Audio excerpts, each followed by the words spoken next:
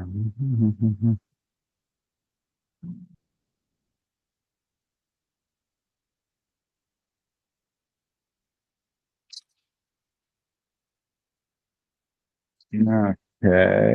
Oh, I don't want that. Background.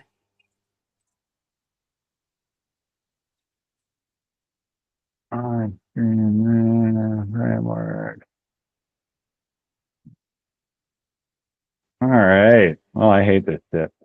Can't hear it. Sorry. Where do I see people? No, that's not people.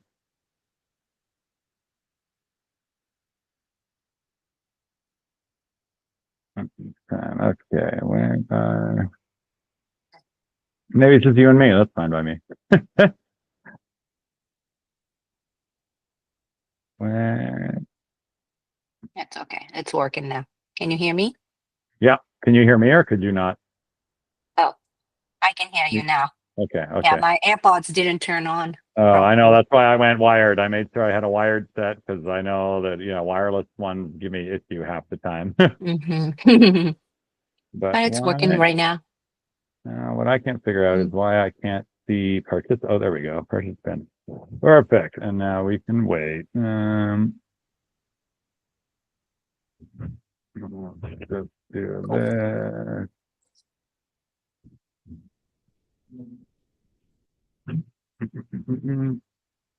Done emailed everybody easier.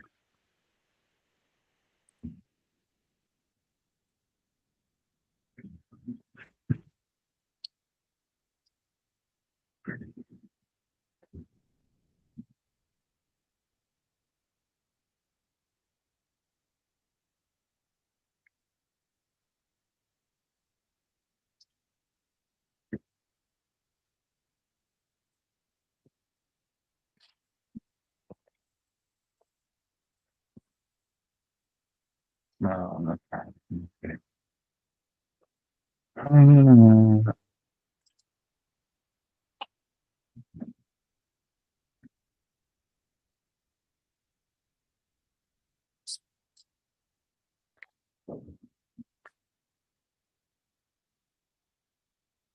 Here they come. I got another one.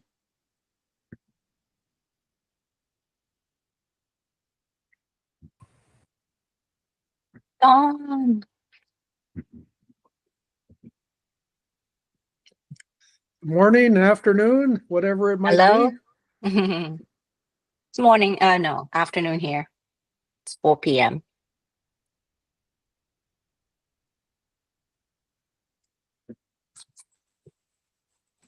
All right. How's it going, Don? Can you hear me? Doing Everybody can well. hear? All right. Good start. Well, we need one more for quorum, maybe two. Okay.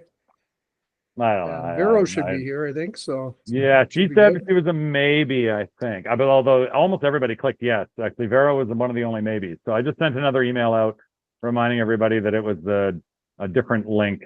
This is my personal Google Meet account because it has less restrictions than the paid one. So Okay. or than the whatever one. Yeah. Yeah. So you all done working now or what? No, I've got another 3-4 weeks. Okay, that's what I thought. Yeah, I thought you had a last month, but still, the whole wrap up process takes some time. Although the Nice. last week is actually a holiday, so it's good. Nice.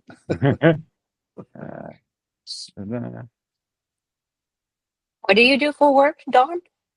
I've worked in medical devices for the last 25 years. Mm-hmm. So spend most of my time in hospitals. Got to see some really neat surgeries, open heart, and all kinds of stuff like that. So it's good. Okay. So I'm leaving that and going to work on something I'm more passionate about. So. Oh, you're not retiring altogether. Sorry, did I? No. How old are you? Oh, you're not as old as I thought then. Sorry. No, I'm going to actually work on some programs for older adults to start exercising. Oh, awesome. Amazing. Oh, I'm all in on that. That's my plan. I found older adults and younger kids. I much more enjoy Oh, working the whole same. middle ground. Oh, I hate the middle ground. I know. Like they can just go to whatever gym. Yeah, They can yeah, do their stuff. And exactly, yeah, I wanna take care of the young ones and the old ones. Yeah. Both exactly. ends. Yeah. Hilarious. Yeah. Yeah, Oh man. Yeah. yeah, But I spent so many years in the hospital and I see people, they're coming in, they're 60 years old, 70 years old, and they got so many problems that yeah. if they would have exercised a bit, Like they some Mhm. could have basic strength avoided a work, lot of it. right? Some So, basic Mhm. strength work would have changed their life. yeah, yeah, 100%. exactly. Yes. Oh, there we go. We got Yeah. Richmond.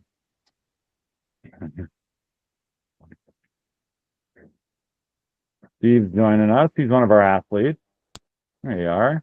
Hey, Steve. Hey, How you doing? No idea how big or small this will be. That's part of the fun. yeah, perfect. Regulars coming in. But yeah, I wanted to connect with you anyways. I figured, I might as well do it in front of everybody, right? Perfect. Yeah, All awesome. right. I'm going to, I'm trying to share the link here. There are supposed to be at least, there were 4 or 5 more board members that said they were coming, so we will see. Nice. Awesome. But yeah, how was, I'm going from Theron. I assume you had a great time. Yeah. Hold on, I lost you guys. Okay. Uh-oh. I still got you guys. Oh, there we go. Back cat. Now I'm just sending reminders. Let's see. I believe technically we need 1 more board member, but I don't even know. I hate these official things. Yeah. But yeah, how was the competition? We'll get you the was- official blurb, but while we're waiting, Yeah, no, it was better than expected. And I don't mean like I had low expectations, but blown away by the scope of it all and the professionalism, how well ran it was. And then also the level of competition. I had a lot of people unfamiliar with functional fitness, like as an international sport, thinking like, oh, some it's little whatever thing. Yeah. yeah.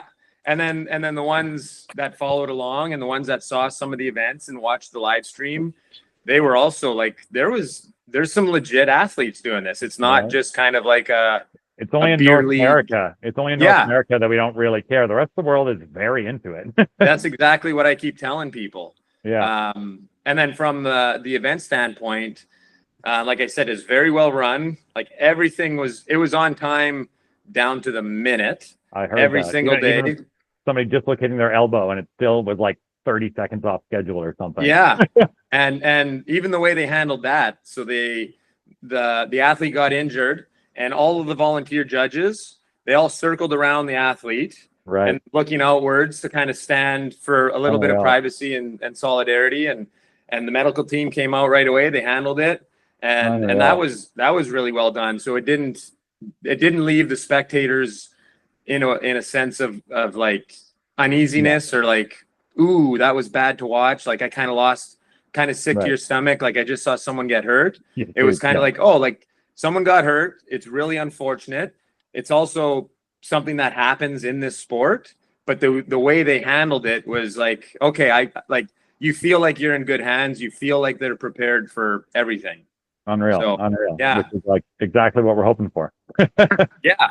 And especially like, I don't want to beat a dead horse, but coming off what happened at the CrossFit Games and everybody, the poor taste everybody has in their mouth with that organization right now, and then now seeing how things can and should be done, I think was really eye-opening and really positive for a lot of people. Exactly. Sorry, I'm just sending another email out. Well, exactly. And that's right. Well, the same thing. Did you compete at FVT? Yeah. Here? Yeah. So I don't know if you guys know, we had our big competition out west here. And I should be careful because this is recorded and whatnot, but was 2 hours behind schedule with nobody corralling athletes, no anything. So the schedule online was not even close to accurate. And they were just expected to know to be there. And I was like fighting them. I was like, no, you've got to, like, athletes need to warm up. Like, that is genuinely unsafe. But the worst part is that after all, people are like, yeah, that was really well run. You're like, oh my god, like it was a good Yeah. event. It was a good time, but well run is not necessarily, like, and that's where it's just Yeah. like, we need to raise that bar a little bit, guys. People actually don't know what it No. means to be well run, actually. Right. Yeah. Exactly. And that's one of my main things that we'll get into a little bit, or generally my goal is like that we can demonstrate that, right? To get to a point where we can show people that it doesn't have to be big and fancy to be well run. Consistently well run is a very important thing that people really appreciate once they get it. Yeah. All right, we'll give 1 or 2 more minutes here. I just emailed everybody again. Because I think we need minimum 1 more board member to make this official, which is, I mean, we can just, you guys will know I know functional fitness well. I do not know, proper administration board stuff well. We'll learn that as we go. Let me check, how many board members do we have? Where's my list here? 1, 2, 3, 4, 5, 6, 7. Yeah, we literally need 1 more person to show up. We got 4 there. Steve, you're on the board. Welcome. Happy to be here. I mean, that's how I became president of BC. Basically, I showed up to a meeting, and then all of a sudden, like, okay, done. Really? Okay. So yeah, you got to be careful when you show up to these things. You never know. Yeah. Well, you like, again, no expectations, but being involved, first being exposed to it at last year's Worlds when we hosted it here, and not knowing anything about it then, and now having gone kind of a full year of like slowly tiptoeing in and slowly starting to spread the word.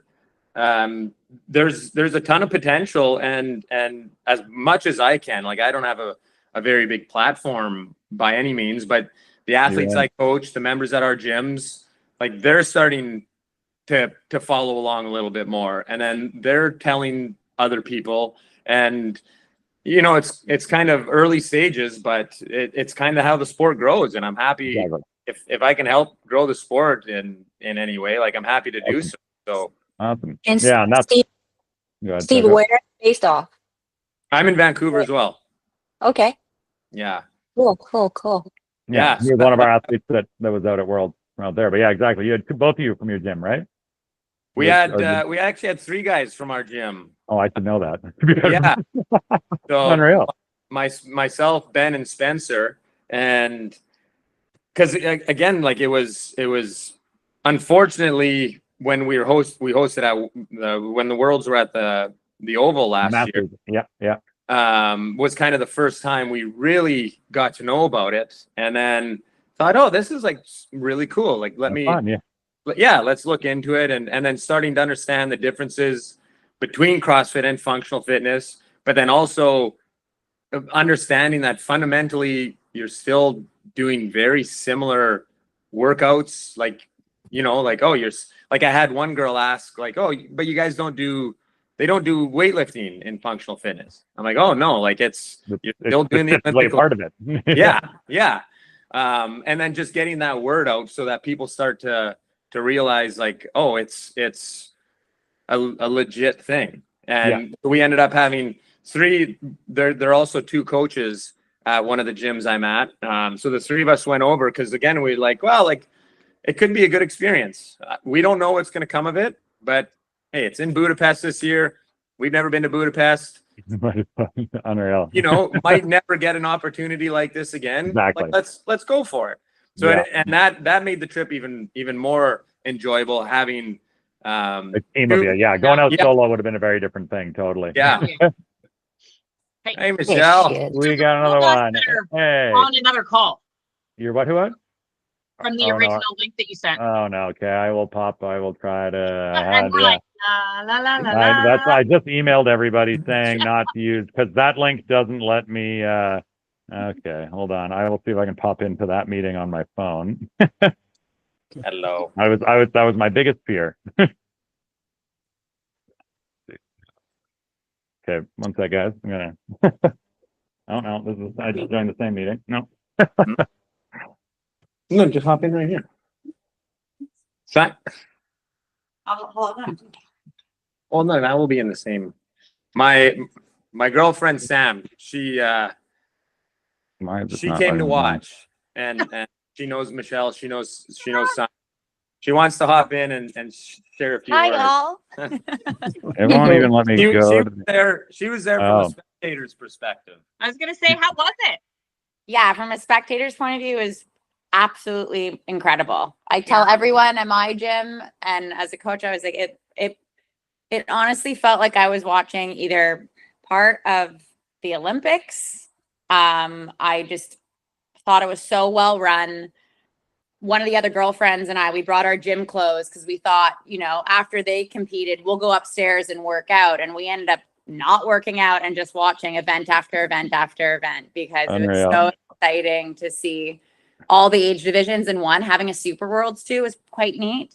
Trying to see, you know, the 12-year-olds and or the 14, 15, and then 65 and above. And like he said, it ran to a T of like one event after the other. It was so well organized. So Awesome. exciting. Oh, here comes So much everybody. adrenaline. Yeah. Opening ceremonies is cool. Everything was cool. They look so awesome. Those, I think the first year that I went, like that opening ceremonies is when it really kind of hits you, and you're like, wow, this is really awesome. Like a really cool event, and it's been that amazing, that incredible. So it's awesome. Yeah, it was really, All right. really- Awesome. Sorry about that, guys. Now we've got everybody. I had a feeling that was going to be the case. There we go. Sorry if you guys were over sitting on another meeting. I realized in doing the tech back end and trying to sort this out that the account, our Google account with Functional Fitness Federation would only allow certain things. And so it's easier to do it from my personal, but the link anyways. We're here now. Hello, everybody. We were just having a chat about how well run Worlds was. Steve Richmond and his girlfriend that Steve competed, and then a girlfriend was there. So yeah, we'll do a briefer version of that later. But now that we've got everybody here, we'll get rolling on things. So again, I am, for those that don't know me or haven't met me, I do things a little bit differently. I'm very much ADHD. You'll learn that, not necessarily a bad thing, just so you understand that my mind functions a little differently. Like the notes that I'll put out to you are going to have everything in it. I like putting stuff in writing. I like having stuff in writing, partially because I forget things, but also just in sake of transparency. So I posted a link to the document in the chat if you want to follow along with that. I won't screen share it because then we're just all stuck staring at the text and my face is way nicer. Half kidding. Yeah, you can follow along there and I'll be playing secretary, keeping the notes. That being said, yeah, my ability to run official these things is a little looser, so I'll try to make sure we tick all the boxes so that it's all legit, but it will probably not be your typical AGM in that sense. So yeah, acknowledgement of our guests. There we go. I did that. So we're going through attendance and etiquette. So just a reminder, and I'm not too worried. We had no idea how many were going to be here or not. Speak up whenever you want to speak up. I will mute your microphone if you're being, noisy and annoying, but otherwise, interrupt me as much as you want, either with a little hand signal or just speaking up. Either one is totally fine.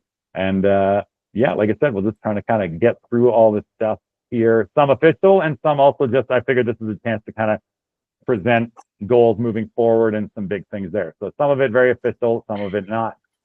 Starting with our approval of previous minutes, I don't have them. I couldn't find them, so we're not going to approve them.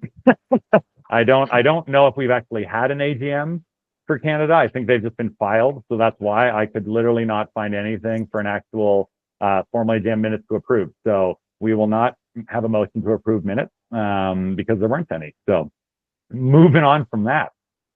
So yeah, we'll go quickly. Achievements of the last year. One of the main things we did transition, we started using the software that I'd built. So cfff.fit, if you've seen that, I actually met with Gretchen last week as well. They want to transition IF3 level, starting with technical officials and having it all also managed through that software. And what's really cool, what I get excited about that is like, we can build a software that is tailored to our sport and like delivering things in the way we need. So like we'll actually have from the IF3 standpoint, one database of trained technical officials all around the world. And that database can feed into our software, which is what I'll hope to kind of sell the other federations on so that everybody has access to the same database as provided. Same with movement standards, stuff like that. So we can actually create a proper structure. So yeah, we basically over the last year kind of tested it, integrated it with our nationals, our events and stuff like that. And it's been working well enough, or at least better than Interpodia, which if you had any experience with that software before, it was a pretty low bar.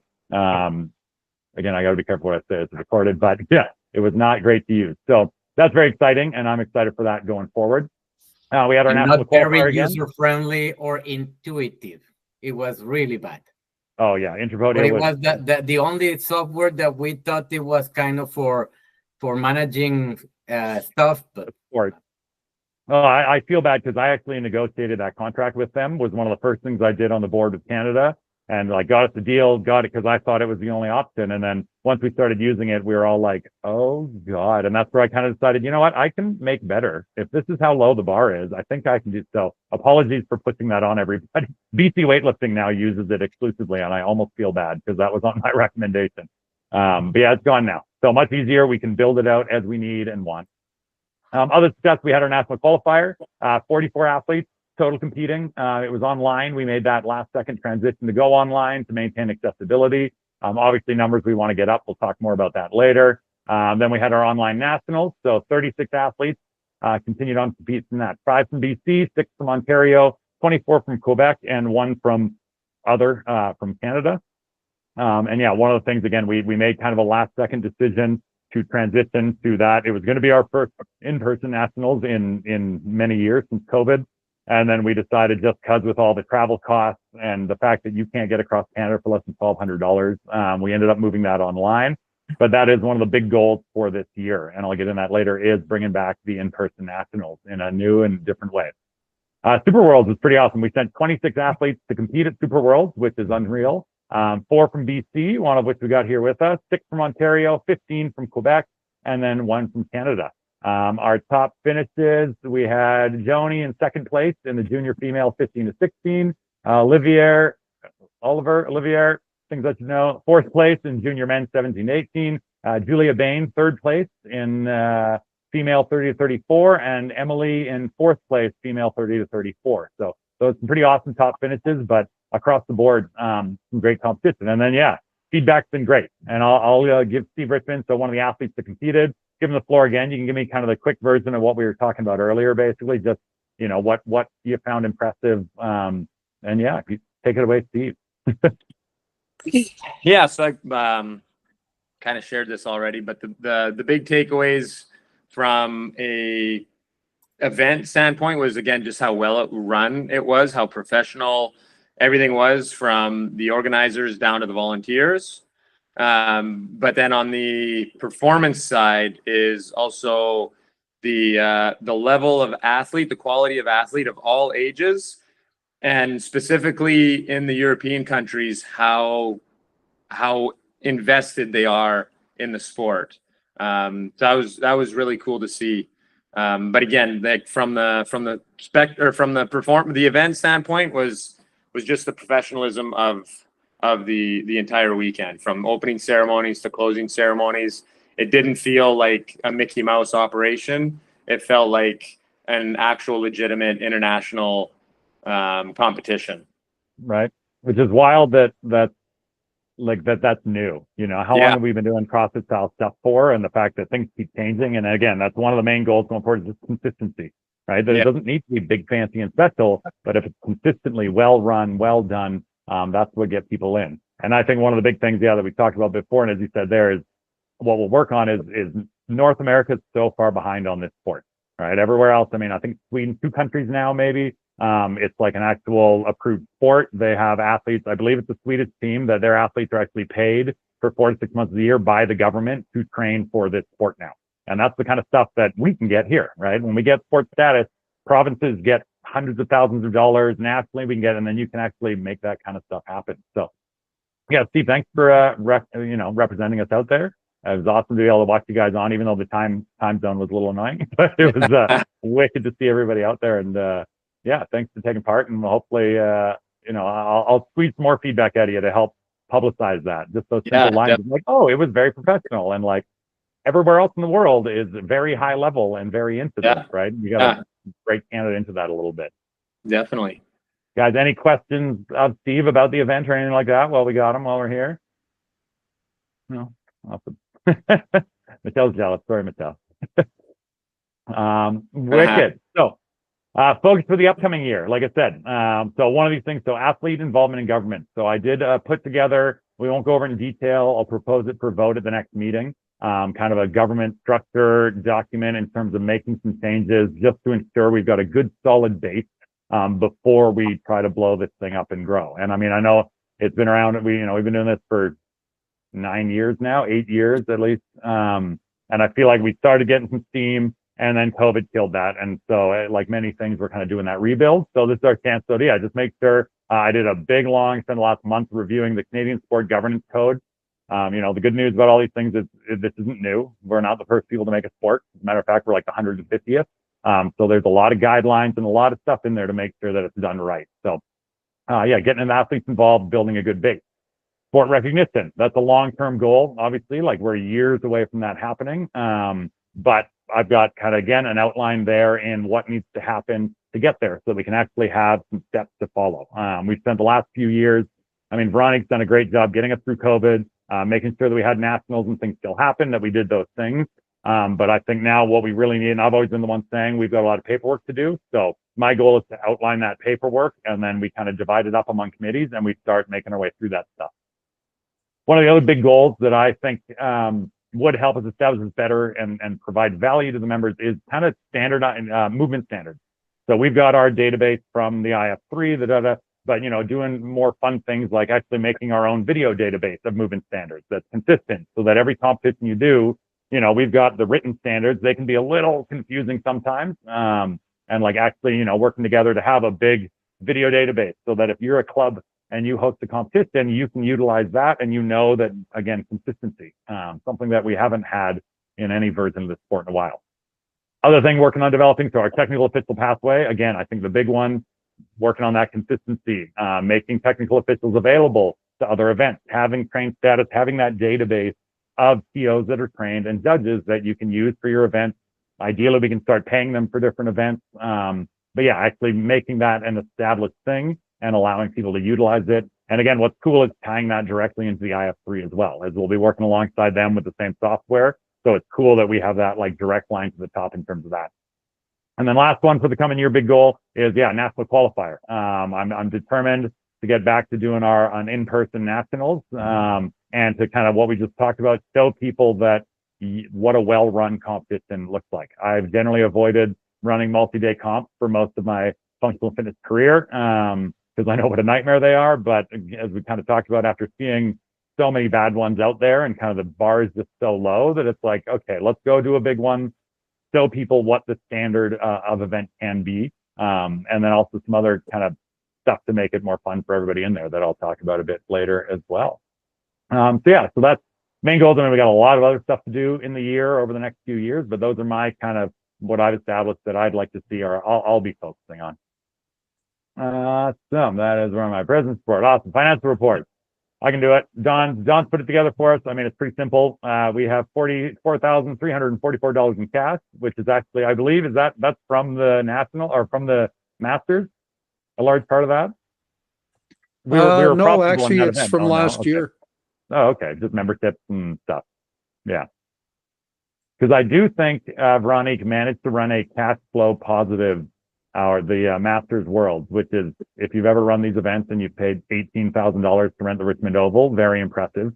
Not always the goal, but especially as a nonprofit, but it was pretty cool that we did. So yeah, financial reports there. Yeah, we got no liabilities. We got retained earnings. That's good job, guys. Killing it there. Open floor. Any questions on our very elaborate financial report? No questions. All right. Motion to approve that financial report, I believe is something I'm supposed to do. Anybody against it? Board members, just tell me a hand. You're okay. We trust Don's work. Yeah, thank you. Good. Fun official things. All right. Just one comment in that one, Simon, because when we opened the bank account, I think Veronique and myself were the signers. If you need to change that, let me know, because it was open here in Ottawa. Yeah, I have to go into the bank. I've talked to Vero about that. I have to go into a CIBC. We took us a month to get Stripe moved over, which we finally got that one. So yeah, I'll have to go in there, and we will have to figure out how to do the signing thing, because they, as a nonprofit, require 2 signatures. But having, me here and somebody on the East Coast won't make it very easy to write text. So yeah, that is something I will have to look into and find a second signing person or board member. Again, Steve, you're on the board and you've got signing power. There you go. Problem solved. Things happen quick. Awesome. So with that, again, just outlining some things going forward. Not all the standard AGM stuff, but also I know it might be rare that I get everybody for a meeting or as many as we do. So what I'll be going over, so board member expectations, and this is stuff that we'll have to approve going through governance framework stuff. My plan or hope is to do a meeting every 6 weeks. So not quite every month, a little beyond. So that'll be 8 meetings in a year plus an AGM. And to stay on the board, I would like to see attendance to at least 50% of those. So that's not a big ask. We want you to come minimum 4 meetings, ideally more, of course. But yeah, that way we can actually connect and do so in a semi-regular way. Committees, which will be a big part of what I'm pushing forward with, they will meet outside of board meetings. And then updates will be expected to be provided to every second board meeting. And again, these are minimums. Would love to get more updates, would love to meet more often if people are up for it. But I've learned, establishing the kind of minimum expectation is in there. And so that stuff, again, has to be officially updated in the paperwork. I was hoping, who was offering legal support from Quebec? One of their board members. Was that you were talking about, Soko? You remember? Weren't we emailing? I can't hear you muted. That's okay. Somebody on Quebec had offered us, I thought you were in that email thread. They want us, so I'm going to try to get them on board to help go through again our documents and update that stuff. Questions, feedback, comments on, and again, we're not voting on that. It's not official, but any thoughts on that in terms of board member expectations? Seems fair. 6 weeks, go up to at least every second one, preferably more, 8 in a year. Thoughts, feedback, concerns. And you could still expect to have like some ad hoc meetings. Yeah, exactly. Those are like a regularly like this is bare meetings. this is bare minimum, Yeah. right? Yeah. Okay, And then, like a closer to the bigger competition or something like that, you will be meeting a little more Yeah. often. yeah, and that's where too, like the committees will meet separately. So this is board requirement, which we need for like official things and to Right. make official decisions. Committees can meet as much as they want, depending on your kind of involvement level. And then Right. they will present stuff to the board. So yeah, so like the national committee and stuff like that can meet as frequently as they would like. I just want to kind of establish a bare minimum to maintain being on the board. Basically just show up once in a while as a bare minimum. I appreciate that. Awesome. Okay. Awesome. So the other thing too, I was digging through, I've spent the last 2 months basically going through all of our paperwork, and seeing what I can and cannot officially find. So, right now what our paperwork shows is that I'm the president. Good job, team. And then treasurer is open, secretary is open, competition director is open on those are the positions we formally have on there. And then, yeah, our official board members at large, and I got dates on there is Don, Michael, Raul, me, Veronique, Emily Tang, and Mary. So here, if we want to officially assign people to positions, we can do a little vote and approval of that. We don't technically have to, but yeah, it was a good thing to talk. I was also hoping to get Emily here because she had was secretary and then had said she was going to leave about a year ago, but then didn't. And last I talked to her and met with her, she wasn't going to leave, but I don't know if she wants to be secretary. Don, are you unofficially our treasurer? I am. I thought it was official, but maybe Well, it's I not. know that's I couldn't find We're anything that making said it it was. official here. That's exactly it. And that was pretty much my goal here was like, I went through all the paperwork and like, as far as I knew you Everybody were. voting treated for like you Don were. being the treasurer. Exactly. So Yes. yeah, voting for Don as treasurer. Yeah. Can't type, whatever. Oh yeah. Great. Congrats, Don. Thank you. Awesome. And then, yeah, same thing, like unofficially, Michael, I don't know if you're there or not. You were, as far as I knew, the competition director, but we at the same time had no actual paperwork that says that. I don't know if there's a role associated with that. Are you on there, Michael? Maybe not. All right. Well, if Michael speaks up, we can vote him in there if he wants it, or if anybody else does. Yeah, I'm Well, here. Yeah. Do you want to be competition director? I think you unofficially were, at least I thought you were, but no paperwork technically says that you are in our documents. No, I was on. Well, I don't know if I was classified as competition director, but Oh, okay. I was in charge of designing all the competitions. Programming stuff. Yeah. Yeah. Okay. I mean, That's what I don't did. even know. I don't actually find anything that gives an official title to competition director. So let's just leave that. If Yeah. anything, we'll look to remove that role. Remove. Yeah. I, In years past, it was you like in terms of director or something. organizing the competition. It was obviously Veronique, and before that, it was Ian. Right. That basically did most of the lifting on that. Yeah, exactly. And I think that's more of a committee thing. I don't know why we had that as an official role. I don't think it Yeah. needs to be an official board role. It should be more of a, so that's great. We can screw out that and we'll get into that stuff when we talk committees. Okay. Awesome.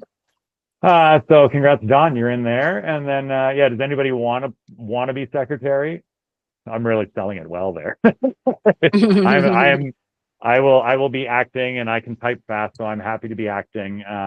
If Emily were here, we would definitely vote her in, whether she liked it or not, but I don't think we can do that without her. So I'll just say Simon will continue to act as secretary. All right, until a new one is found. And that's fine. Any objections to me continuing to act as secretary? Nope. Good job. Good job. All right. Too bad. Too bad. All right. Good job, guys. Doing official work there. Okay. So action board members filling that in. Great. So one of these things, and again, we won't go into great detail on it, but I would love you guys. So this is me kind of presenting it for your review, and then next board meeting is when we'll kind of like lock this in as kind of something to do going forward. So I basically took all of our documents, went through all that stuff. A big part of this one is going through the sport governance code, which I didn't even know existed until about a month ago when I was going through and Googling everything. And again, it's a great outline. There's no need to reinvent the wheel on the paperwork side of things. So I just went through it and then went through our board documents and pulled out a few things that I think we should focus on to start. So one of those, yeah, formalizing board requirements. So that's kind of talking about the meeting requirements, expectations for showing up. And again, just setting a minimum standard. I'm not looking for anything. We're all volunteers. I'm not looking to ruin anybody's life here or, take a massive investment from anybody. But formalize those kind of minimum standards a bit in there so that we know what to expect and before we invite more people in. Establishing formal athlete representation. So it's actually a big part of sport governance code. And obviously with the current state of affairs and events, a very important part for functional fitness going forward. I've tried, I don't know if maybe Michael, somebody can try to get a hold of PFA. I laugh that they're working backwards to try to get CrossFit to listen to them. Whereas our goal would be to have a committee that is the PFA literally be involved in every step of the process along the way, right? So that they can, when we talk about safety, when we talk about competition, we've got actual athletes that can be, about things and are heard in the process, because hiring or having somebody come and talk on one side doesn't mean anything if they're not actually involved in the process of development.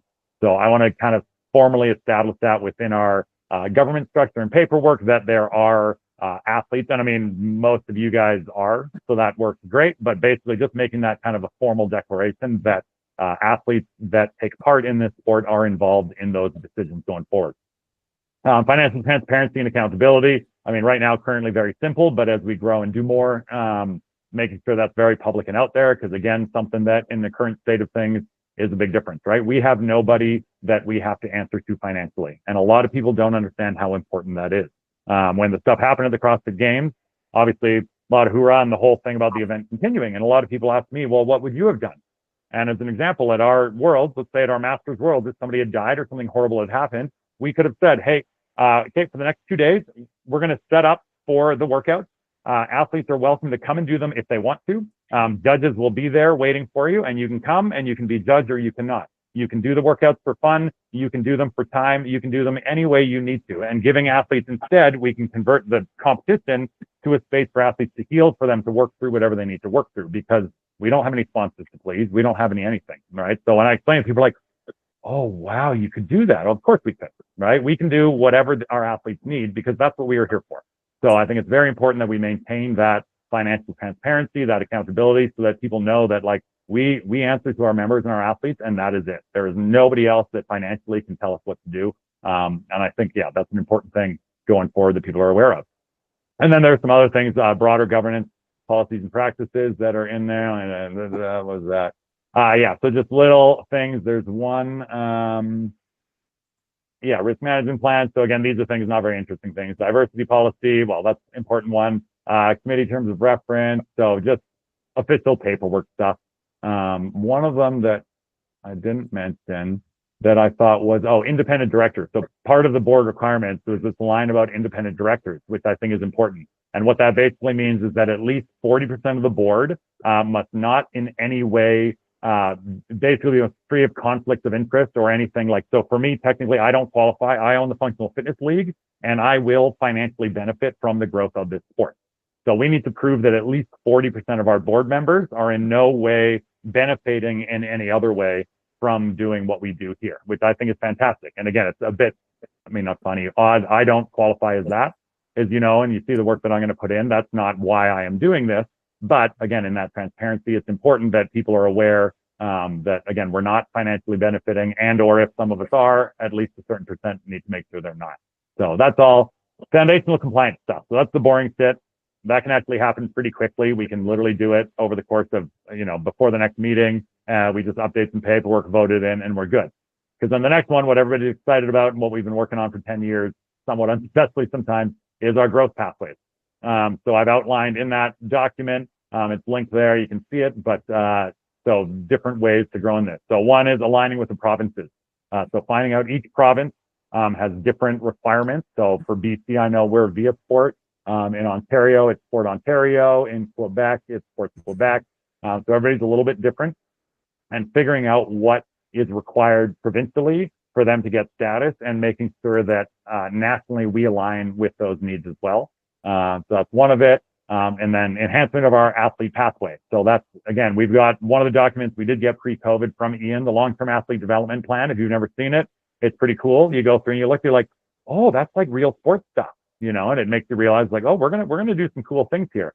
So developing that, continuing development of that, and then starting to pursue competitive athletes, trying to encourage athletes like what Steve said. There's really high level athletes competing out there. Like we need to make our athletes aware of that and get them to be competitive. Again, we are the only way that you can represent Canada in this sport, right? You can go to the CrossFit Games, you can do all those things, but technically speaking, if you want to represent Canada, our pathway is the only way to do that. So we want to start kind of trying to get that talent out to go and do it alongside having everybody take part.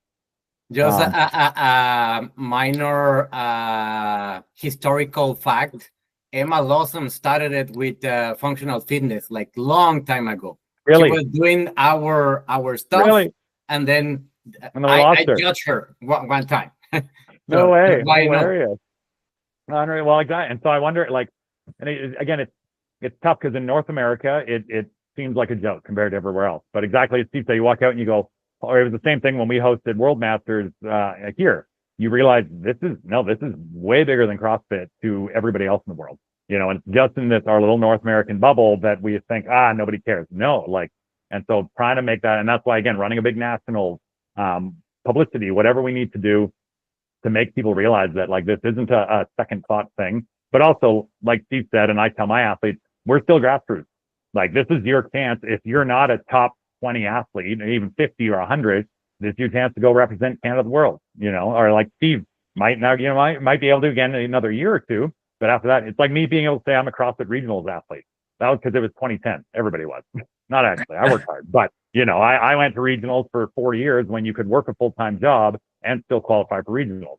Now, if you're a regionals athlete, you're basically a professional CrossFitter. So we're at that same stage in this sport where it's really exciting for the up-and-comers because you're actually a top dog. But then the downside is we are going to try to recruit in those top dogs, but then we will provide something for everybody as that starts to happen. So I'm trying to grow it, trying to recruit those elites.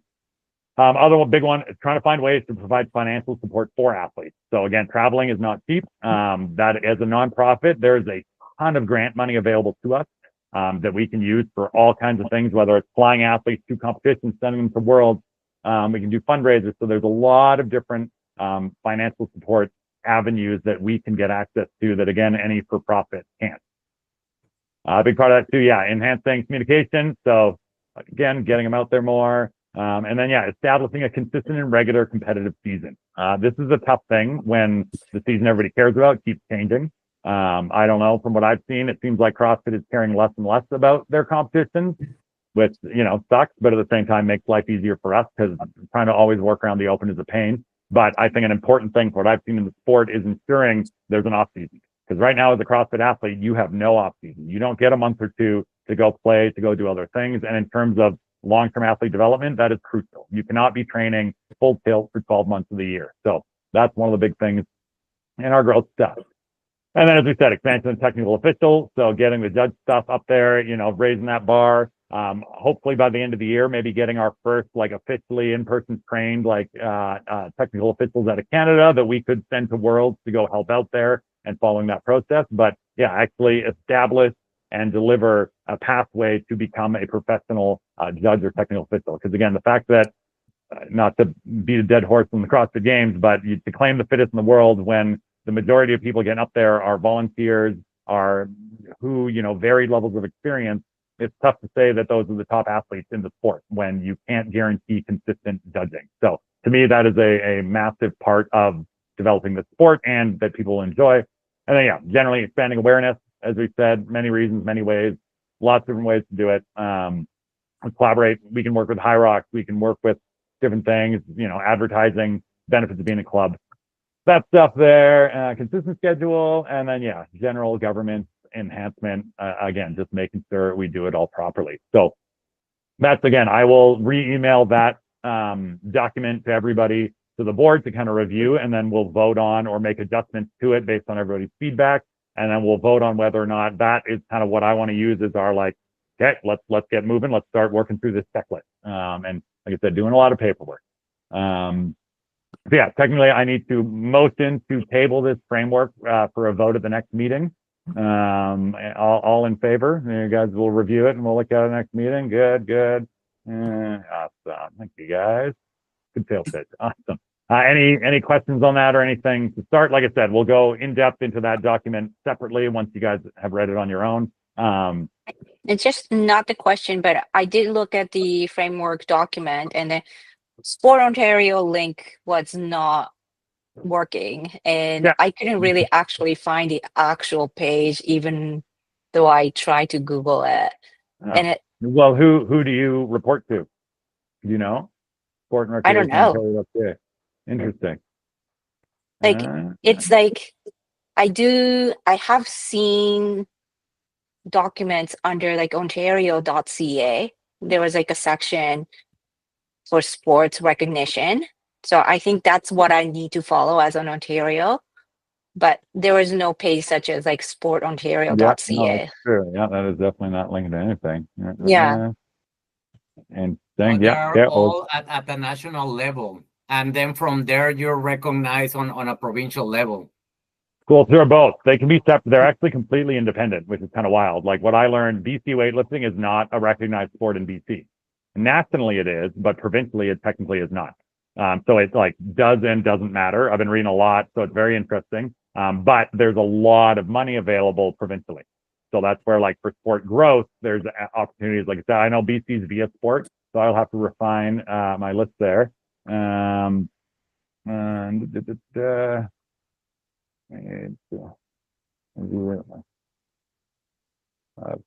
yeah, so I'll add a note for that. But yeah, there is in each province and then completely separate from Canada as a country. And again, we don't technically need the provinces to get it, but I know in BC, I'm pretty sure with Via Sport, once we get sport approved status, they basically cut us a $250,000 check and say, great, grow the sport. So this is how we can do some crazy stuff, is by getting those sorts of, and that's not even grant money and stuff like that. So I will look into updating that before we get on to that. But yeah, Toko, you have no idea who you're supposed to be reporting to or any of that stuff for Ontario? So Ontario government page has the sport recognition section in it, and I've read it before, but I don't know if it's a separate organization available in Ontario. Interesting.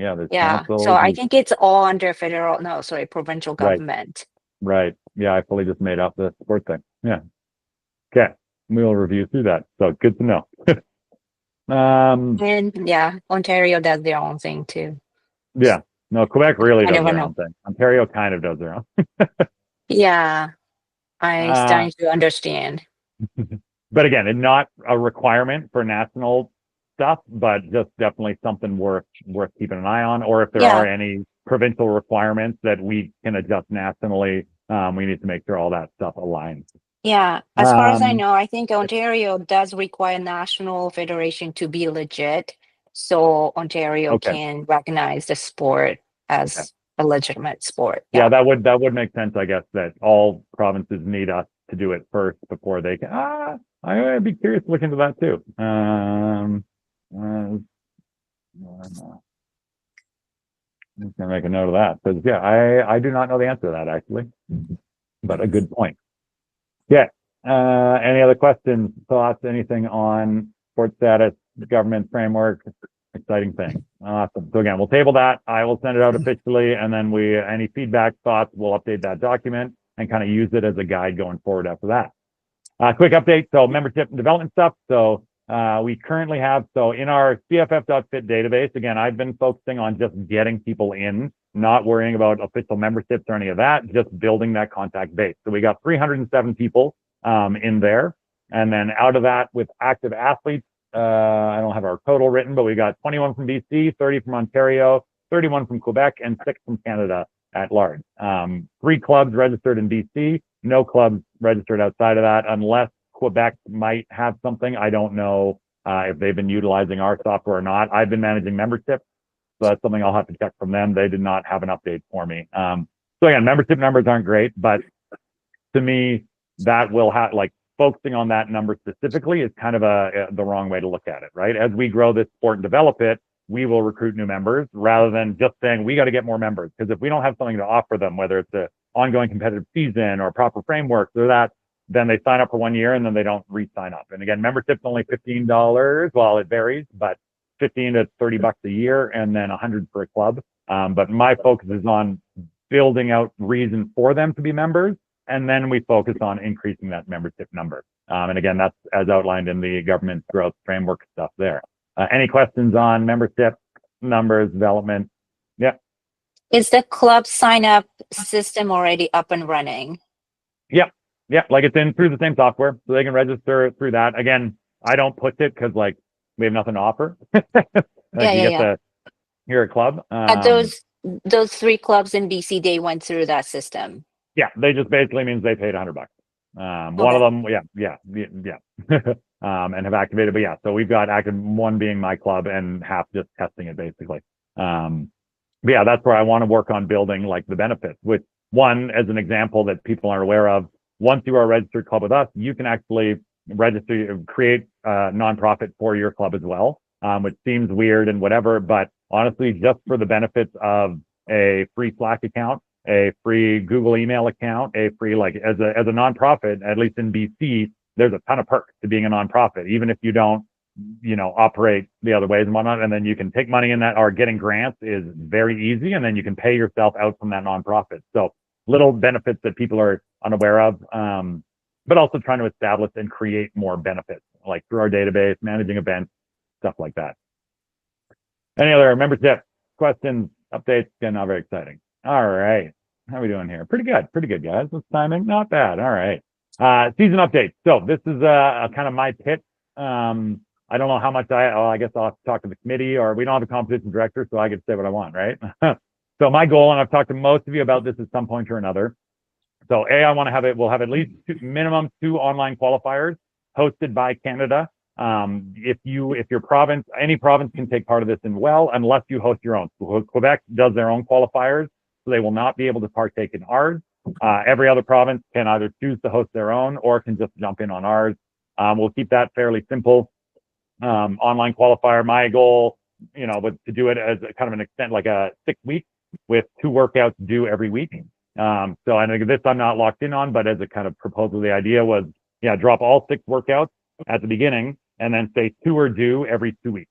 So that way, again, from an accessibility standpoint, if you're in a rush, great. You do all 6 workouts in that first week, submit your scores, get it over with, get out of there, great, done. Or you can take your time and do 2 every 2 weeks. Leaderboards wouldn't display until every 2 weeks that it closes out.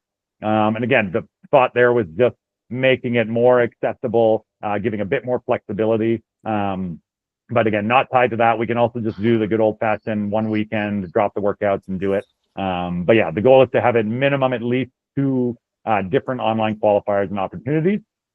I would also love to sanction some club events. So like, again, this is qualifying for nationals, so they don't have to be perfect, right? Our event sanctioning process is a work in progress for sure. But if there's going to be any, decent size, decently run competition for us to say, hey, yeah, the top spot from each get invited to nationals, as long as it was a decently run event. It doesn't have to be perfect by any means. We as a nation can qualify people in any way we want. So that's kind of a goal I would love to have out there. Later days we'll say, oh, you have to be a registered club for your event to qualify. But for now, again, just for that awareness and just to kind of recruit more people to come take part at nationals, I would love to get something like that up and running.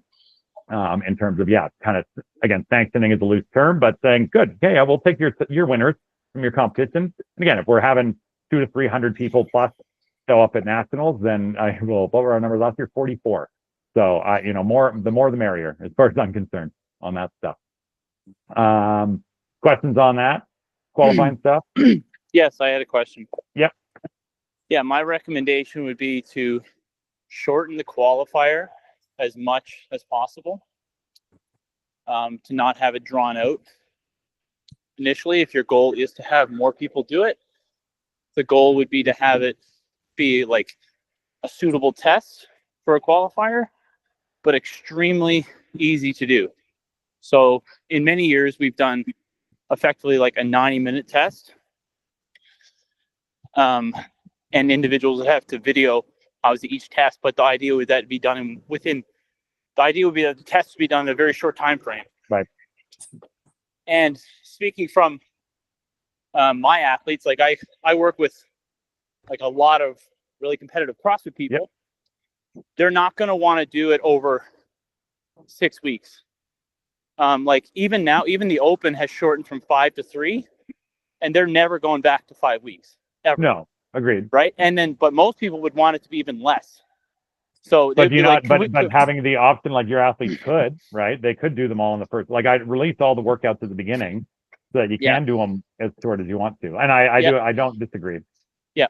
Anyway, but just from an ease standpoint, because like obviously I've designed it a bunch of different formats.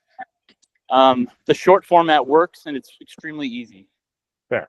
Yeah, and I totally agree. And even with that, I'd love to do the opposite approach. Yeah, have 5 qualifying, multiple online short qualifying opportunities. I'm totally open to that. So yeah, that's something we can discuss and lock in. I am still working, and I'll go over here now to the nationals goal. I've got 5 active conversations going with locations.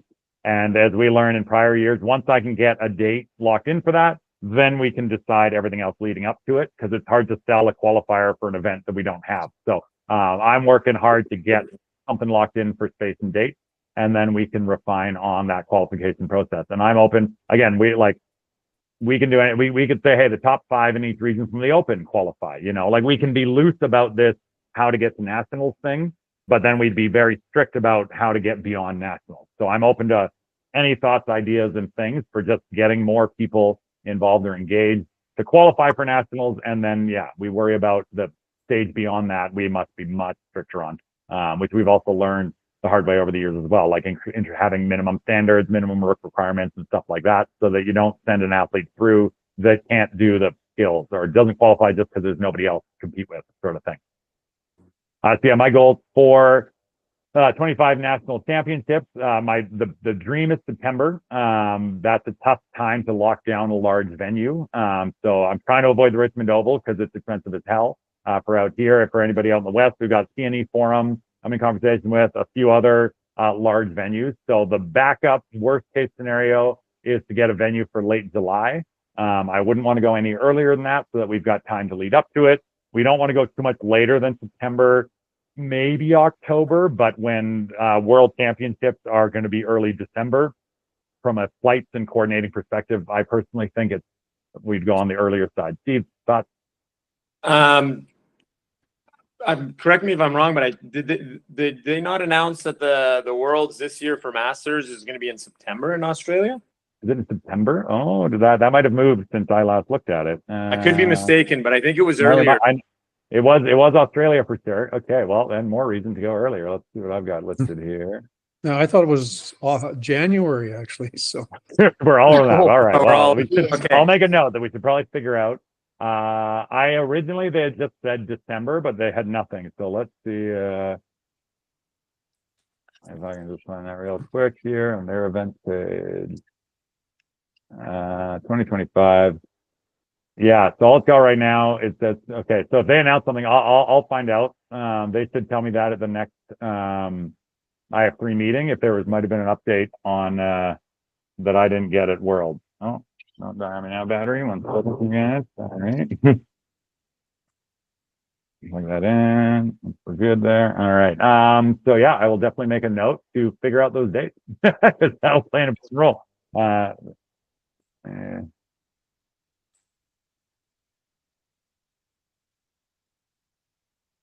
So yeah, they are in Australia. We know that for sure. And yeah, Australia or Lithuania. Although a bit of drama with Lithuania. Actually, divest for a second. Steve, did you notice any when I say the drama? Do you have any idea what I'm talking about? Because I was involved in the back end and it was mayhem, but I have no idea what it looked like on the front. I probably wouldn't have even heard or known anything of it if it wasn't for a little bit on social media and some stuff on the live feed and people asking me about it. And then I have to actually look into it. Otherwise, okay, but yeah, had no effect on the event. That's what I wondered because I'm in a WhatsApp group with all the national federations and like I felt so bad progressing to da because it's just like the world blew up in there. But I wondered if it had any actual effect on the competition. Minimal. No, we didn't really even, as athletes, we didn't really notice anything. Fair. Yeah, typically the way. Athletes are in their own world. They're not noticing. So for those who don't know, there was some drama. The organizers made a mistake in allowing Russia to be named and showing their flag, which they weren't supposed to. They were following IOC recommendations. That was not forwarded onto the organizers properly. So they were announcing Russia this, Russia that, and had the flags on the leaderboard. So technically, I mean, in the end, everything's IF3's problem, but it was them not communicating to the organizers. And then Lithuania and a few other countries really had issue with that. And again, European politics we don't know them so well over here, but understandably so. But then also one of the Lithuania athletes showed up in a Make Russia Small Again shirt and some other things. And so there was just a whole little thing. So the Lithuanian team ended up actually dropping out due to the Russia stuff happening. And then their other athlete was also kicked out for showing up in political stuff on the floor. So I talked to Gretchen last week. Lithuania is supposed to be hosting next year. She says, as far as she knows, they plan to, but we'll be looking into that further to just double check and confirm that is still the case. So a little background for you on some of the fun that happened. So dates wise, again, late July. Again, we'll see when those other ones are happening, but they're usually November, December are when the world things happen. So everybody has time to qualify. And again, I'm looking for a venue out here. So my goal, and I pitched this last year, and everybody at first said no way on the board, and then slowly opened up to it. I want to try to run the first ever basically split nationals. So I would run a big event out here, get a space locked in, kind of use it to demonstrate out west again that like, hey, functional fitness is a real thing. The competitions are fun, they're well run, and use that as kind of a sales tactic and publicity stuff over here, but then also try to find either if somebody wants to run an also large event, but worst case, just use a gym and have kind of a auxiliary running the competition at the same time in a separate location on the East Coast. So the idea is the leaderboard would stay private until 8 p.m. So it wouldn't have any effect. You couldn't see scores. You wouldn't have to be timed like to the hour or anything. It would just be you do the day's event, we do the day's events, but instead of having East versus West, having one big shared leaderboard. So, it would be the same as an online competition and nationals that we've done for years. As long as the workouts can fit in any space, you can run these same events, but be judged in person. And again, the goal being to save all the athletes having to travel across the country and then travel to Lithuania or wherever they're going after, but also avoid, because no offense to us out west, Quebec is kicking our ass. So I don't really want to see it the typical East versus West, because I don't want to qualify a bunch of athletes from the West if they're not the best athletes to represent Canada. I want to see it be a competition across Canada. So that's something I need to propose that to and I'll talk separately to Ontario and Quebec to try to rope somebody in to run the kind of Eastern version for us. That being said, if nobody wants to run it out there, then we just have a big Western Nationals out here. But I'm really hoping in terms of accessibility and kind of like growing the competition scene, that we could try to pull off something like that. It also provides more opportunities for us to train technical officials. We can do some in-person training by having 2 locations, because again, traveling across Canada to go volunteer to be a judge is a pretty tough sales pitch. So even if it wouldn't work perfectly, I think it would work as well, if not better, than an online nationals, and would give us a lot more opportunity for kind of different methods of growth in there.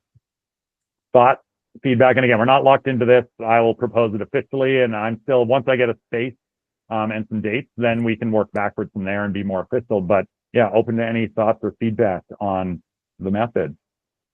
Well, we can do like a Zoom meeting if that's in person, but kind of hybrid if that works too. So, right, exactly, and that would be the other option, is to allow gyms to host, their own version of the qualifier. If we set a standard for it, something along those lines. I mean, for the TOs, we can do something for the TOs online. Yeah, exactly. You can train them all in one spot, but then we can also have, right, we can do the in-person testing and the in-person, because that's a big part of that TO training, is being able to provide multiple. So we can have a head TO out here that in-person watches them, but you could do one central meeting for everybody, right? Same workout, same everything. Yeah.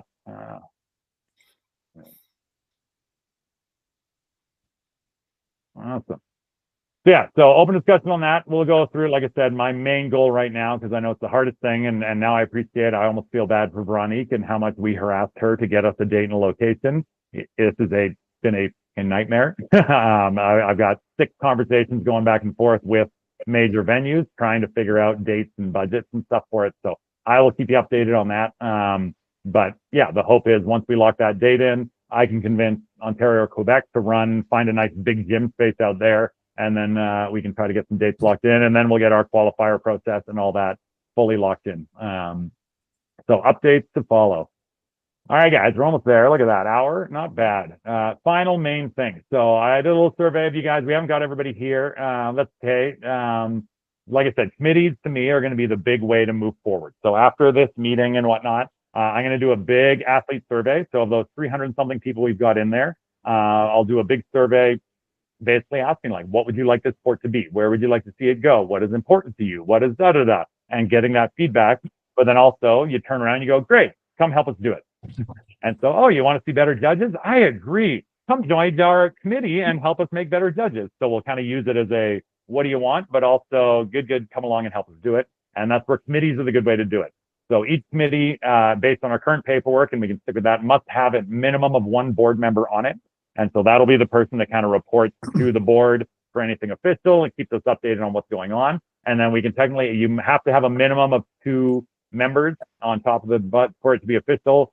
I don't know if we have any official committees right now, but yeah, my goal here was to just kind of go through, and if there's anybody interested in heading up or being involved in these committees, is we'd get you kind of officially labeled on there. And then I would use that to kind of help recruit to your committee. Like, oh, you can come join Raul on the technical officials. Here's our board member that heads it up, and here's what they're going to be looking to accomplish over the next year, and kind of use that to recruit.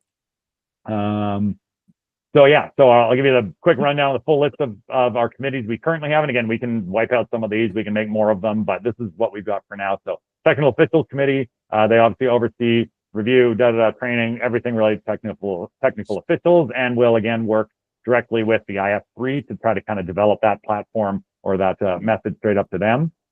Coaching curriculum, I don't think we've done much with before. So it's developing the coaches pathway to establishing Cfff accredited coaches. So that's if you've never looked through coach.ca.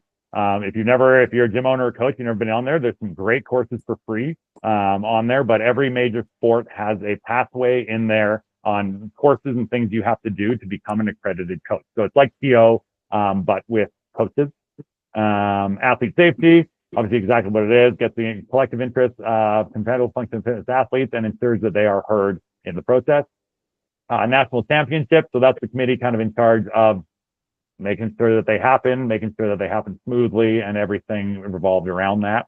Adaptive Para-Athlete Committee, obviously, as it sounds. So develop standards and fair inclusive competition for adaptive athletes. Obviously, I think the best way to do that is to get an adaptive athlete that we can recruit onto that board. But still an important part, working towards Paralympic standards. And then domestic development, that was the board I originally got volunteered onto on Canada. So you can be like me, guys, join there and then get stuck as president. Just kidding. I'm happy to be here. So that's just, we're looking at growth. So that's going to be our like social media, our website, or all that stuff. That's the domestic development. So that'll be a big one that we'll want to load up and push on. Oh, I've got technical officials in there twice. Do I? Yeah, I do. Okay. We're going to get rid of the second technical officials. Yeah, okay. And then medical and anti-doping. And that's one that we are required to have by FREE and IOC. We don't currently do any of that, but it's something that would be on the table that we will have to do going forward. So, motion to approve. We have to motion to approve board members. Basically, if you want to be on a board or you want to be on a committee, let me know. And for now, we'll just kind of list your names as part of it. And then again, we'll go forward from there. I'll meet with the committees individually and we'll kind of set the goals and then start doing some massive trying to recruit to them. So before we do that, any additional committees anybody thinks should exist or want to discuss or have in there? Anything major? No, fair. Okay, technical officials. I believe, I don't know if Raul's on it or not, but he should be. Raul's on there for sure. Anybody else want to be officially involved in that process? All right. Anybody You're more than object? welcome to join. Yeah, I think Veronique was not. I don't know. Maybe. Yeah. Yes. We can force her on there later. Well, Any kind of. any Yeah. objections to Raul heading up our technical officials, continuing to head it up or unofficially heading up? Great. I'll approve. Just one comment. Australia has not a defined date, No, but it's expected to be the first week of December. it is. Oh. Okay. That's what okay, good. Steve, you worried me, but we'll look into it. I'll try to get that. I mean, we should get an update on that sooner than later, though I, again, appreciate, I'm trying to find a location. Their event's way bigger and also difficult to find. Good to know. Coaching curriculum. Anybody specifically interested in it, on it? I am actually happy to work with that one. I don't know that I want to head up that committee, but it's something I'm looking to develop with my coaches here. So I will unofficially nominate myself as stand-in to help recruit for that one. Anybody opposing me? Anybody want it? Preferably? No? Okay. Tried. Athlete safety. Anybody? And again, what these mean, like what we do within the committee will be up to you, right? There's the outline of its goal. I'm here to help guide you in the direction and how to do it and help recruit for it. But literally at this point, all this means is that you will help lead whatever team we can build on that. And if we don't build a team in your committee, then you don't do much with it. And that is fine. These committees haven't done much in the last few years anyways. Athlete safety, anybody interested? Okay, well, we'll leave that open and we'll force somebody else onto it later. National championship. Who wants in? I'm going to be on there just for this year. I want to be a part of it. I don't necessarily have to head it up, but I can be a member on it. Anybody else? Yeah, I'll help with that for sure. Awesome. Don't go in Yeah. there. Me too. Yeah. Everybody wants in. Awesome. Obviously, from a TO perspective, I mean, right? So yeah, fair. Yeah, well, you'll be involved, I think, from the TO side, so we can leave that out. and any training needed heading to that one, obviously too. Yeah, and that's where the committees will have to work together, but I hope, right, by actually having formal committees doing it, we can actually get stuff done. So like, actually, yeah, Raul, I'm going to say you're not allowed to be on the National Championship Committee because your role will be heavily involved in it as TOs, right? So we'll say, hey, here's our date. We need to train 50 TOs by that date, right? And then you let the National Committee know what, and then we can work together, but your focus will be on making sure we've got TOs, we can train them, we have a method to do all that. Don't be distracted by the actual competition. Any objections? This is very unofficial voting. Any objections to Shoko, Don, and Simon being on that board or committee? Just a formal question, but I am actually not listed as a board member for CFFF. So We're going to vote you in at the end of this. No, actually, yeah, no, let's go back. So we're going to pull back to our, that is something we should have discussed here. You're right, you are not. Yeah, I wasn't sure if I was just here as like Ontario person or I was gonna be on the board. Okay, so motion to vote Stokoe onto the board, onto the board at large. Yep. Any objection? All approved. You're on the board now, Thank Stokoe. Okay. Michelle, you want in? Yep. Sounds great. Motion to vote Michelle Cool onto large. Any objection? Nope. All right. Steve, I'm just kidding. Steve, I'm going to force you on a BC if you want to be on anything. Okay. I'm gonna follow up after this with you. We'll meet up. Okay. I do have a lot Totally. of questions. Yeah, totally. Well, and technically another thing, I am technically president of BC, but I will be posting solely on this. And like, yeah, again, provinces can just be like, yes, we follow Canada and don't really have to do anything, or they can run out like Quebec. At first, when I started looking at this, I was kind of annoyed because Quebec doesn't listen to us, doesn't meet with us. It's pretty wild, and it's the same from IF3 down to us. I have zero control over provinces. As long as they provide me their top athletes for my nationals, that is the only control that I have directly over them. And then it's the same. I was asking Gretchen about our nationals, like, do we have to use the test form? We don't technically have to do anything the IF3 says. We just have to provide our top athletes in whatever process we want to go about it. Obviously, we want consistency and stuff, but I was actually a little bit mind blown to find out how little control there is on that. Like so provincially, we can just be like, yes, what they said, or you can run away with it and do your own entire thing. And again, same with us up to IF3 is they control what the final tests are, but we have complete control over how we get our athletes there, which again was kind of a little bit mind blowing thing to me. Yeah, Stephen, we'll talk after. Adaptive Para Athlete Committee. Anybody interested in taking part in that? And or no? So we'll leave that open. But again, what I ask is if you know anybody, again, the best people we can put in there. I wouldn't say it's much of a committee without at least having at least one adaptive or para athlete in there. So if you do know any that are interested in helping, I'd love to make a big push to get them involved. Domestic development, growth. Anybody want to help advertise? I mean, I will unofficially be taking on a big part of that because I will be trying to really use our kind of like software database to push that one.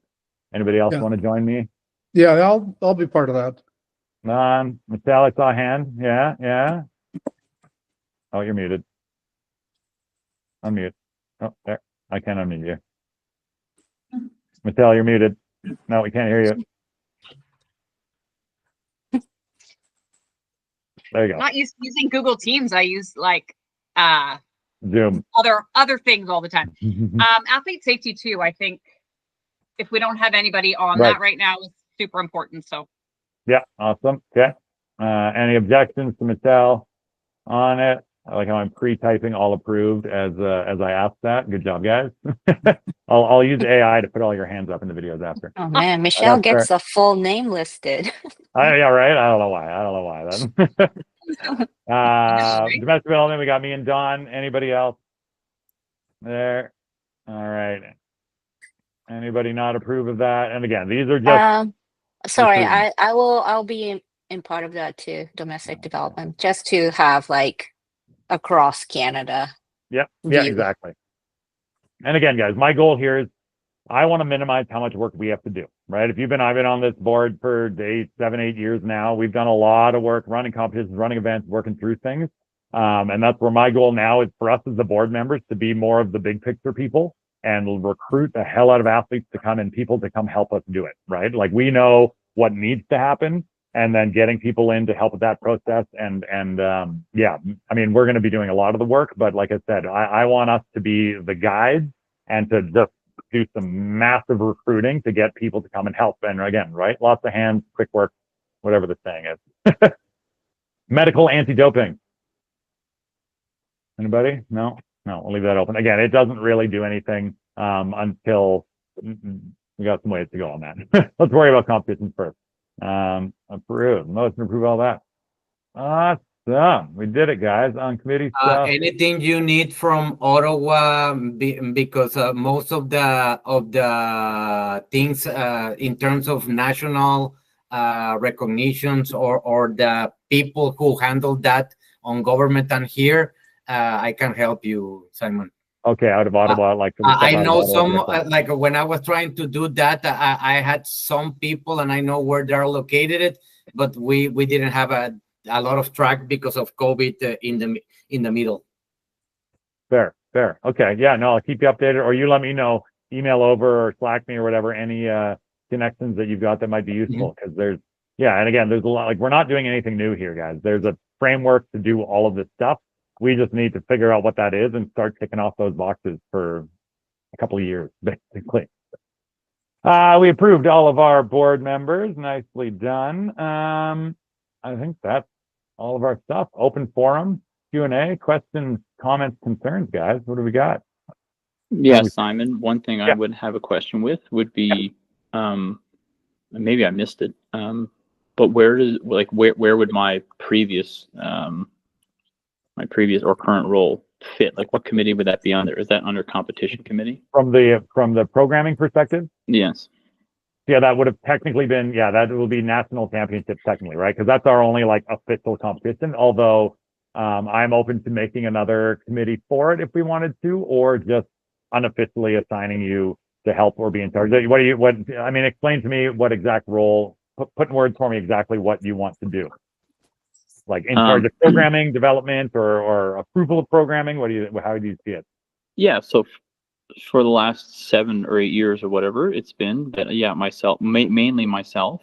Sometimes a couple of years, I think we had a few meetings, but during Veronica, it was mainly Veronica would email me and tell me, Michael, this is the dates of our competition. We need this for a qualifier, and we need this for the national qualifier, and then etc. And so that's what I would basically do. Sometimes I would meet with the people, but that was in the early years when there was more interest and there was more going on. But exactly. most recently, it started strong, and then COVID kind of most recently, it was basically just been me emailing Veronica. And then in terms of me being like on a committee, I would definitely have a conflict of interest, given that I run a training company. So the bigger the sport gets, the more it benefits myself. Fair. But yeah, that's not why I'm doing it. Not to poke at that, do you not see that conflict, like you helping with you being in charge of programming when you also have the athletes? And I mean, I'm not worried about it, but is that a valid concern or thought? Oh, for sure. Someone could easily critique that, right? But I don't know.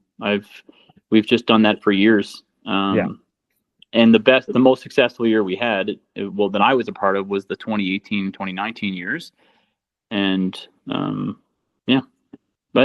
that'd be a valid criticism, but I think as long as we have a way to, all we need is a second person that works, works with you on that, and then I think we can null and void that criticism. Well, then let's put you back in. Competition director. I think we put you in there because then it's not a committee or whatever. Sure. And then what we'll work to for the next time is to outline what that role actually means, and it essentially being some version of approval. And what I picture is like ensuring consistency, right, in the programming, in the tests, because that is something that's kind of loose, like body weight, right, and the difference between this and that. And so what we can kind of do is get you as the guy that ensures that when the test meets, and same thing if we start sanctioning events, that they would go through, and whether it's you or somebody under you goes, okay, somebody needs to check those events and make sure they all consistently meet.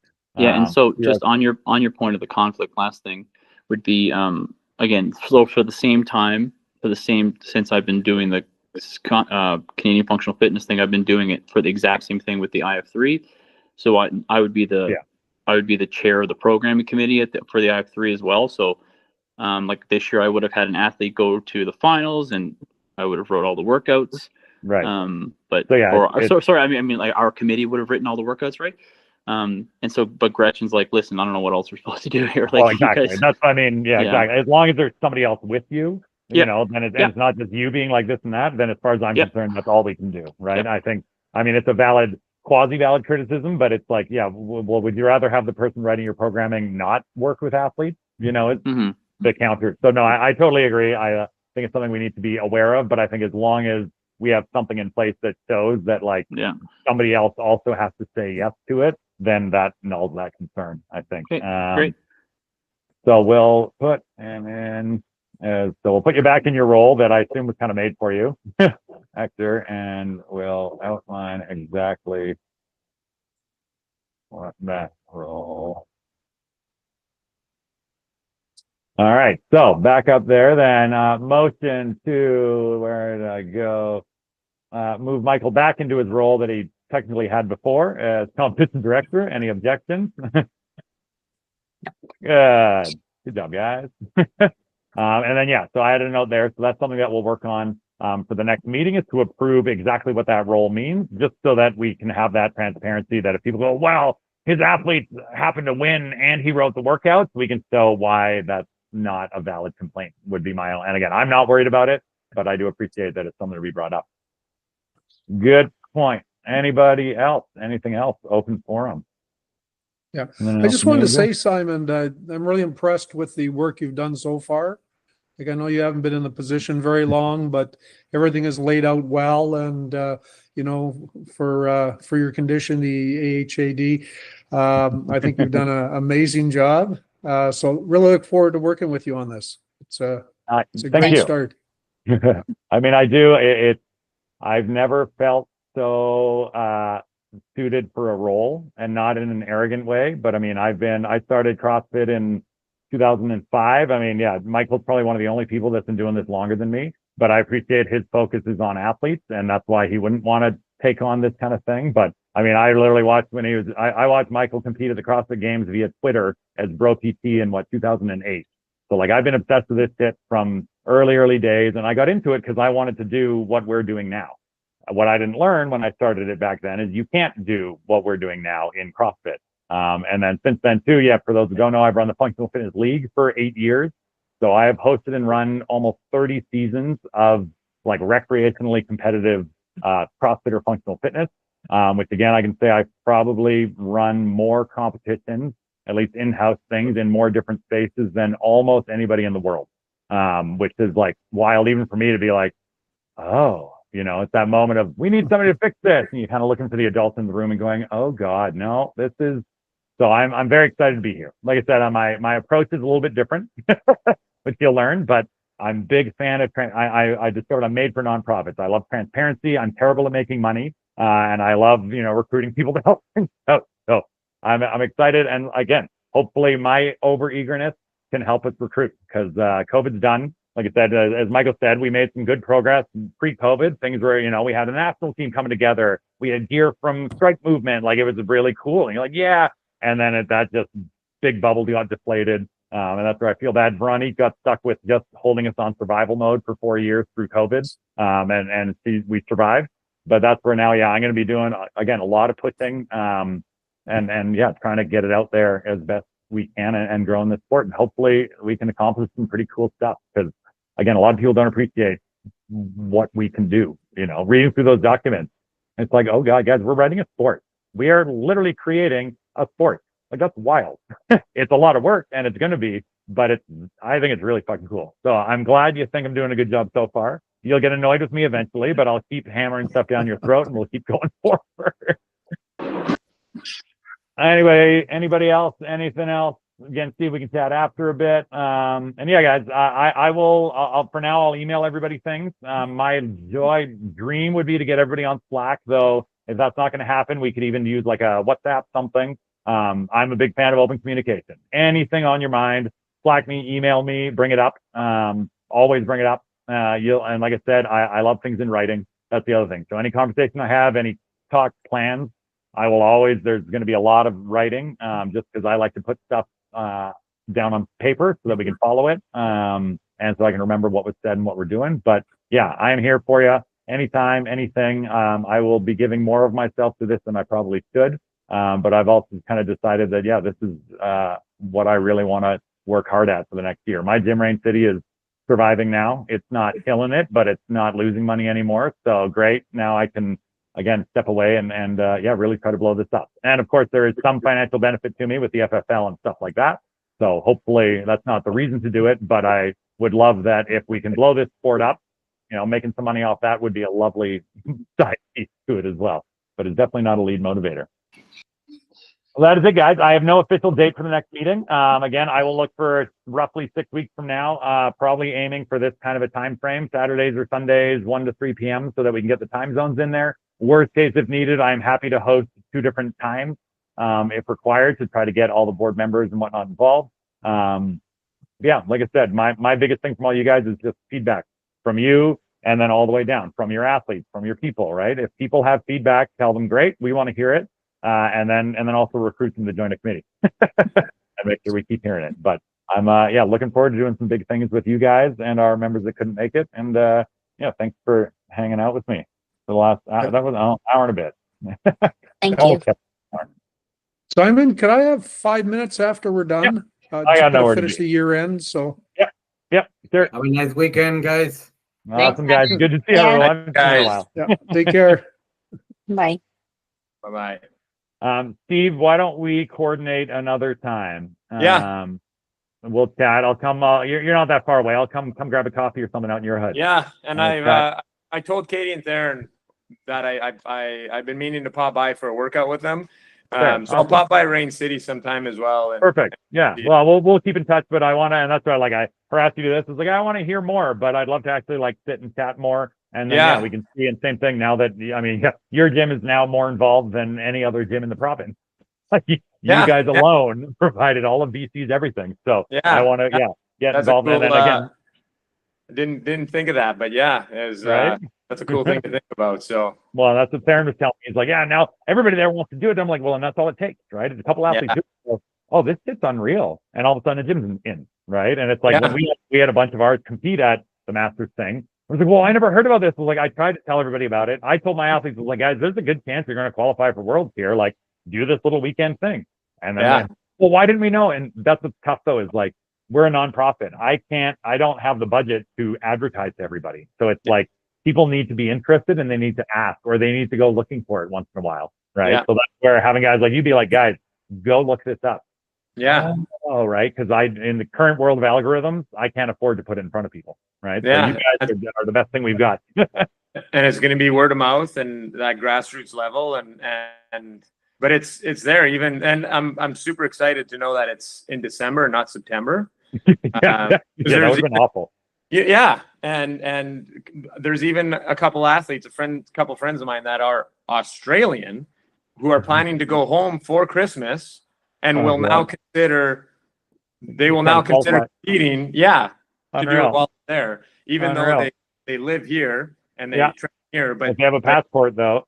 Yeah, and they might not be competing for Canada, but them doing it here to qualify for that event will still help grow the sport here. So little things like that make a big difference. So exactly. And what's nice again is we had started that momentum pre-COVID, and then it just went out the window. And so that's where now, to actually get that going, and that's where again to me the key is consistency. Knowing that there's a season coming, there's a nationals, there's a qualifier.